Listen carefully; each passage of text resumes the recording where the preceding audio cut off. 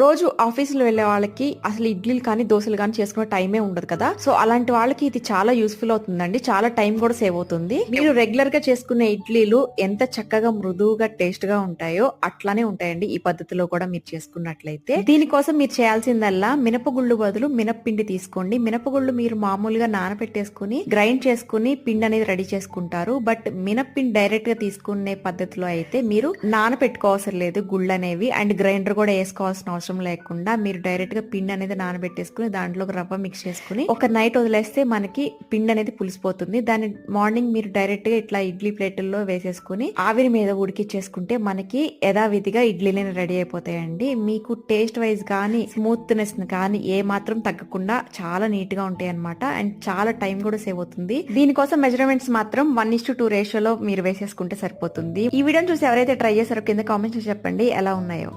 Bye.